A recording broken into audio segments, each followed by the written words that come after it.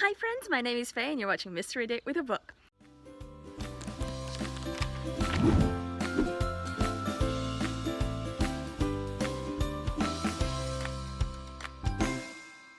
Today I'm going to settle an age-old question. Many people have asked me about this, so we're gonna just do a video and answer everyone, because apparently people think I'm an expert in audiobooks and I'm not. So I'm just going to go through the differences and similarities between Scribd and Audible.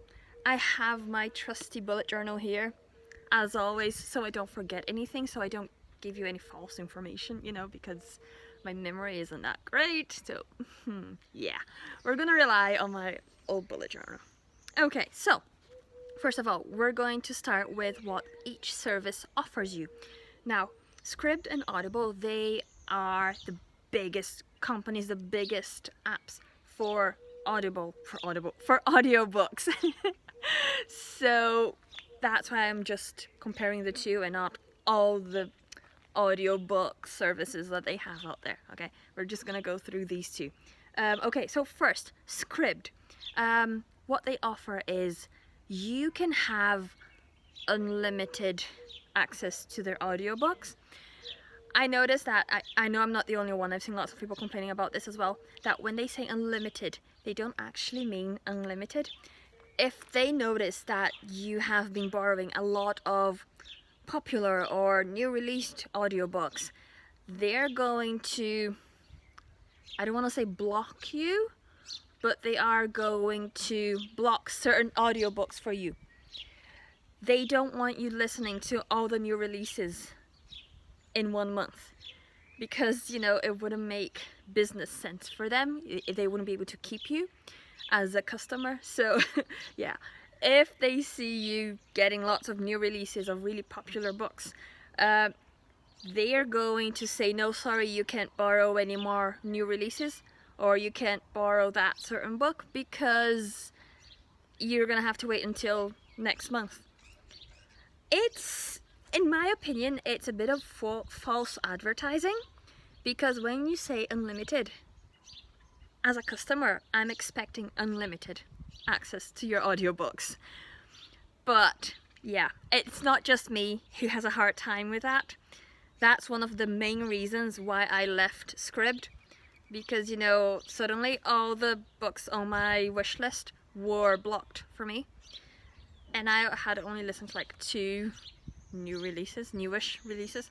So, you know, anyway, one of the reasons why I left Scribd. I've been on both Scribd and Audible, so I think I'm in a good position to compare the two. Okay, here we go. They do have ebooks and magazines as well, which is a plus if you read ebooks and magazines. I don't really, but it's just personal choice, you know. They do have a lot of original content as well, which you wouldn't get anywhere else. Big difference here.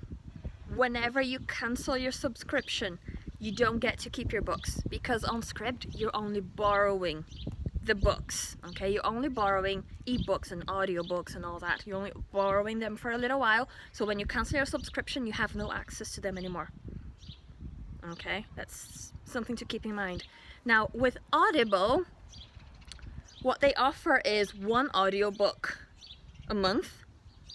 At least in the UK, we don't have the option of having different plans. We don't have the option of that. We just have 1 plan, just 1 audiobook a month, that's it.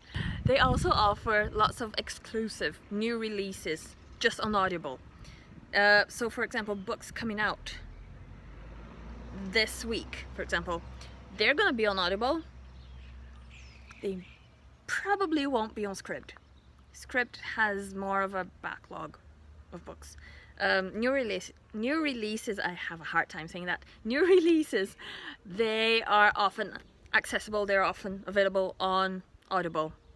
So if you're more of a new release reader, you know, that's something to keep in mind.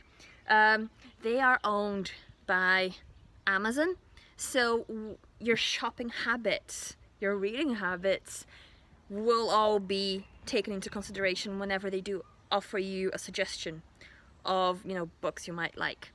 So in a way it's better because you will be recommended audiobooks that you might possibly like, because they know your shopping habits already. They know what books you've bought. Now, with Scribd, you're borrowing books, but with Audible, that's one big difference. You get to keep your books. So for that subscription that you get, one audiobook a month, you get to keep that audiobook forever and ever and ever. Okay, so even if you cancel your subscription, you get to keep all your audiobooks, you get to re-listen to them, you get to, you know, just listen to them forever. So that's one big change. You're buying audiobooks, you're not borrowing them, they're yours to keep.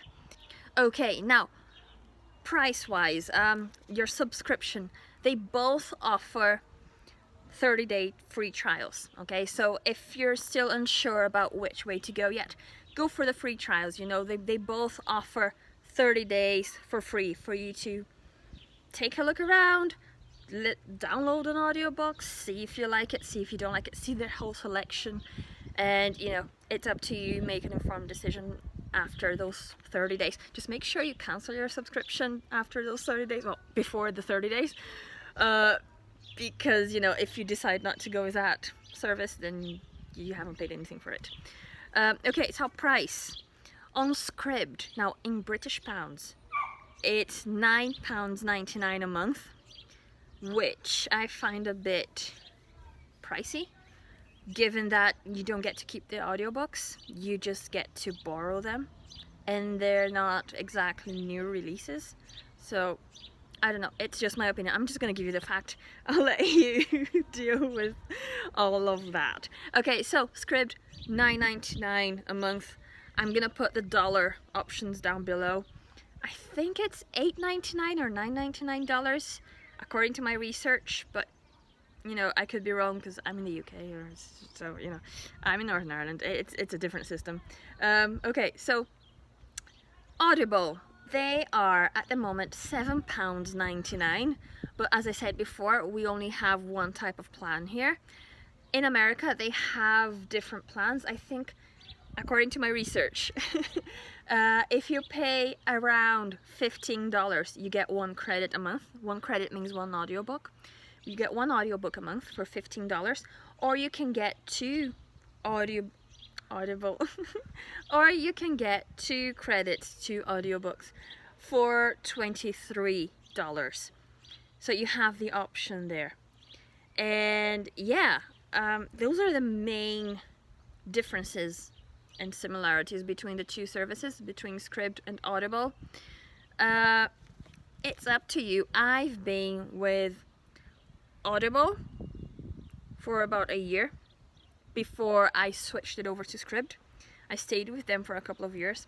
Now I moved back to Audible because after they started blocking me, you know, after Scribd started blocking all the books that I wanted to read, I was like, no, I'm not here for that. And then I realized I didn't get to keep the audiobooks. I was like, nope. And plus, Scribd was working out more expensive than Audible anyway, and with Audible you get to keep your audiobooks, so I was like, for me personally, Audible is a clear winner, okay, for me, because it's cheaper. You get, no, this is not a sponsored video, by the way. It's just my opinion, okay? You might disagree with it, it's up to you. Audible is cheaper. You get a bigger selection of books, of audiobooks, and you get more current new releases, which is what I'm after in audiobooks, and you get to keep your audiobooks. They're yours to keep. So, in my opinion, Audible wins, but some people prefer Scribd. It's up to you. Now, if you're with Scribd, or if you prefer Scribd, or if you prefer Audible, or if you prefer some other service for audiobooks, let me know down in the comments. I know that Overdrive and Libby are very popular with libraries, so you can get all your audiobooks for free. But in my library, the ones I use, they use Overdrive and Libby. Now they're using both. Their selection is very, very small, and they're mostly old books. So I'm not a big fan. Like, I have listened to a few, like I've listened to Agatha Christie, which is a classic, you know. I've listened to a few children's books, but it's not the same, you know. Whenever I want to read something, you know, like fantasy books, they only have like fantasy books from the 80s or 90s. You know, they need to update their service. That's all I'm saying. Northern Ireland library system, please update your Audible service, because it's your Audible service, your audiobook services. Oh my goodness, see, Audible for the win. So good. Okay, anyway, that's my take on this. That's my opinion. I've given you facts on both of them. It's up to you to decide which one you're going for. Yeah, that's it, guys. If you like this video, if you have any questions, please let me know down in the comments. I'd be more than happy to answer, because I've been with both services, so you know, I could try and answer most questions.